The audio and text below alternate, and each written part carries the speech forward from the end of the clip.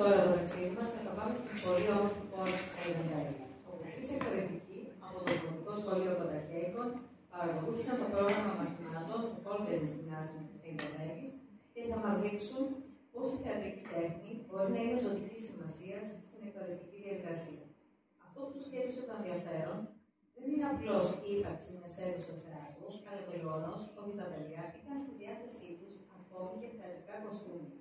Μια μικρή λεπτομέρεια που μιλάει για τη σημασία που δίνουν στην καλλιτεχνική έκφραση.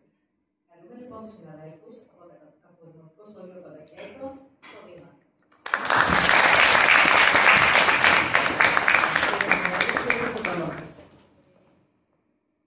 Καλησπέρα σε όλους. Θα θέλαμε και εμείς να ευχαριστήσουμε με τη σειρά μας την κυρία Εμμανουηλίδου που μας έδωσε αυτή τη δυνατότητα, αλλά κυρίως να ευχαριστήσουμε τη Γεωργία, η οποία ήταν σε κάθε μας απορία, πάντα εκεί και η βοήθειά της ήταν πολύτιμη. Φυσικά και την κυρία Περιφάνα και την κυρία Βούλα, η οποία ήταν εκείνη που βρήκε το σχολείο, έκανε την πρώτη επικοινωνία. Λοιπόν, αυτό που θα ήθελα να επισημάνω πριν ξεκινήσουμε από το οτιδήποτε είναι ότι, για παράδειγμα, εγώ δεν μιλούσα καθόλου γερμανικά. Τα κορίτσια, εντάξει, τα Τερένα, ναι, η Τζέννη έχει μια επαφή με τη Γερμανία, μιλούσε και αυτή, μπορούσε να καταλάβει. Όμως, αυτό δεν ήταν εμπόδιο στο να κατανοήσω τους στόχους. Μας βοήθησαν πάρα πολύ και οι εκπαιδευτικοί του σχολείου με το να μας θέτουν κάθε φορά που ήμασταν σε μια αίθουσα το στόχο και να δίνουν τις διευκρινήσεις που χρειαζόταν. Οπότε η γλώσσα δεν ήταν καθόλου εμπόδιο. Πιο πολύ μας δόθηκε ευκαιρία να παρατηρήσουμε, τουλάχιστον εμένα, τη γλώσσα του σώματος, τις αντιδράσεις των μαθητών και όλα τα υπόλοιπα που κάνουν τη διαφορά μέσα σε μια σχολική τάξη, είτε είναι μια τάξη του εξωτερικού, είτε είναι μια τάξη σε δικά μας σχολεία.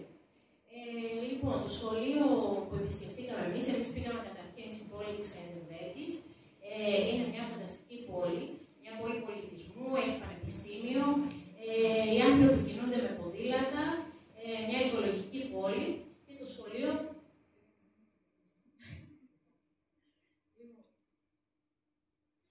Και το σχολείο ήταν ένα γυμνάσιο. Εμείς επικεντρωθήκαμε στην 5η και 6η τάξη, στην αντίστοιχη τη δική μας. Μερικά πράγματα σχετικά με το εκπαιδευτικό σύστημα της Γερμανίας θα σας πει η κυρία Περιφάνα, η οποία έχει δουλέψει σε σχολεία εκεί, για να λίγο να δούμε πώς λειτουργεί αυτό με το γυμνάσιο. Χαιρετίζω και εγώ με τη σειρά μου. Λοιπόν, το εκπαιδευτικό σύστημα της Γερμανίας είναι ως εξής φτιαγμένο. Το δημοτικό, το αντίστοιχο δηλαδή δημοτικό, είναι το Grundschule, είναι μέχρι την 4η τάξη. Από εκεί και πέρα αρχίζουν και ξεχωρίζουν οι μαθητές ανάλογα με τη βαθμολογία τους. Αυτό έχει σημασία να σας το πω, γιατί εμείς ήμασταν σε ένα γυμνάσιο που σημαίνει ότι ήταν οι άριστοι.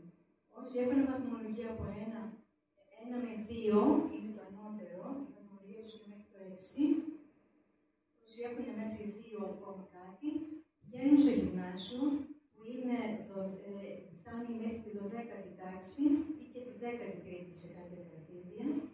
Και αυτά τα παιδιά παίρνουν μια γενική γνώση σε βάθος με στόχο το πανεπιστήμιο. Είδα ότι κάποιοι πήγανε σε Realschule, που είναι η αμέσως κατώτερη βαθμίδα, είναι 9 τάξιο ή σε κάποιες περιπτώσεις είναι 10 τάξεις. Εκεί πάλι είναι γενικές γνώσεις που παίρνουν οι μαθητές, αλλά όμως στοχεύουν πιο πολύ στο τεχνικό κομμάτι. Ίσως γι' αυτό το λόγο είδατε πιο έντονα αυτά με τα ξύλα, με τα ηλεκτρολογικά και όλα αυτά τα πράγματα, γιατί μην ξεχνάμε ότι αυτή η τεράστια χώρα θέλει τεχνίτες, θέλει εργατικό δυναμικό και δεν μπορούν όλοι να γίνονται επιστήμονες και να προορίζονται στο πανεπιστήμιο. Και τέλος, ας πούμε, το Hauptschule, που είναι ακόμα πιο χαμηλή βαθμίδα, 9 τάξιο και πάλι με έμφαση στο τεχνικό κομμάτι.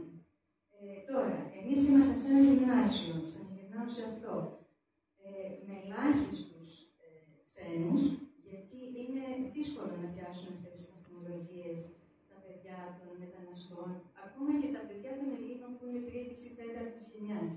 Εμείς είχαμε στο σχολείο αυτό 2 Ελληνόπουλα. Ένα κορίτσι συναντήσαμε και μάθαμε ότι υπήρχε και ακόμα ένα αγόρι το οποίο δεν είδαμε ποτέ. Ελάχιστοι ξένοι και φυσικά η ύλη τους ήταν περίπου σαν τη δική μας, αλλά ξανατονίζω, η ύλη δική τους ήταν για τους άριστους, ήταν περίπου στο επίπεδο το δικό μας που το έχουμε για όλους. Και επίσης, επειδή αναφέρατε ότι εκεί έχουν ειδίκευση, η ειδίκευση είναι πάλι γιατί είναι δευτεροβάθμια που πήγατε. Όπως και εμείς στη δευτεροβάθμια έχουμε μαθηματικούς, φυσικούς κτλ. Στο δημοτικό σχολείο, στο Γκρουμουτσούλε, είναι δάσκαλοι για όλα τα μαθήματα, συνήθως. Λοιπόν, ήταν ένα σχολείο, ήταν η ελίτ δηλαδή. Είχαν επικεντρωθεί στο θέατρο και στο δικό μας ΤΕΑΜ, αλλά μην το λένε εκεί, στην τεχνολογία, στα μαθηματικά. Λοιπόν, αυτό που μας εντυπωσίασε πολύ ήταν βέβαια η υλικοτεχνική υποδομή. Ειδικό μάθημα πληροφορικής δεν υπάρχει, απλά τα ψηφιακά εργαλεία, οι υπολογιστές και οτιδήποτε άλλο. Καταρχήν είδαμε μια πολύ μεγάλη ευκαιρία στο να χρησιμοποιήσουν τα κινητά και απενοχοποιημένα εντελώς. Είχαν τα κινητά τους, είχαν την εργασία τους, το project που είχαν κάνει από το σπίτι και το παρουσίαζαν μέσω του κινητού τους. Κάτι άλλο που παρατηρήσαμε είναι είχαν μια πολύ ευρεία χρήση της document camera, που αυτό τους έδινε τη δυνατότητα και θα το υιοθετήσουμε κι εμείς, τους έδινε τη δυνατότητα για απευθείας προβολή της εργασίας του μαθητή. Δηλαδή, αυτό που είχε ο μαθητής δίνανε πολύ μεγάλη σημασία στην αυτοδιόρθωση, στον έλεγχο των ασκήσεων από την προηγούμενη μέρα που είχαν για το σπίτι ελάχιστα πράγματα, είχαν πιο πολύ τη μορφή project. Έδιναν όμως πολύ μεγάλη σημασία στις παρουσιάσεις. Σε σημείο δηλαδή τουλάχιστον και μια ολόκληρη ώρα να είναι αφιερωμένη εκεί. Είδαμε πολύ ωραία, βέβαια, όπως σας είπα, τους υπολογιστές που χρησιμοποιούσαν μέσα στο κάθε μάθημα.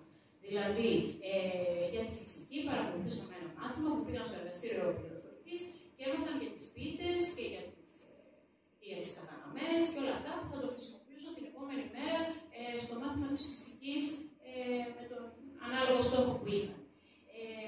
Επίσης, μια πολύ μεγάλη σύνδεση του σχολείου με ό,τι συμβαίνει στην πόλη. Για παράδειγμα, εκείνη την περίοδο, ο δήμαρχος της πόλης ήθελε να προωθήσει πιο πολύ τα ποδήλατα. Δίνοντας ένα οικολογικό μήνυμα. Λοιπόν, οι μαθητές, το πρώτο μάθημα που παρακολουθήσαμε, ήταν ποσοστά και οι μαθητές έλεγαν ξεκινώντας από το στόχο που είχε βάλει ο δήμαρχος, έλεγαν ποιος ήρθε στο σχολείο με το ποδήλατο και τέλος πάντων βγάζαν τα ποσοστά, πέμπτη δημοτικού, έβγαζαν ποσοστά από αυτή την καθημερινότητα.